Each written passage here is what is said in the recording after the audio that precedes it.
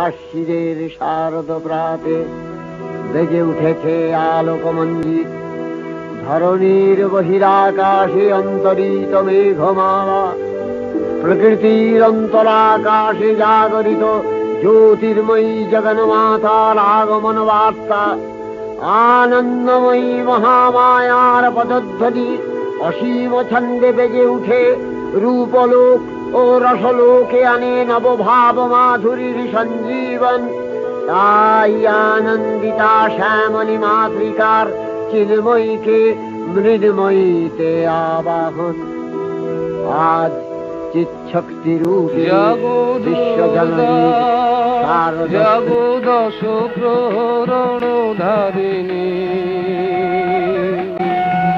অভয় শক্তি বল প্রদায়িনী তুমি জাগো।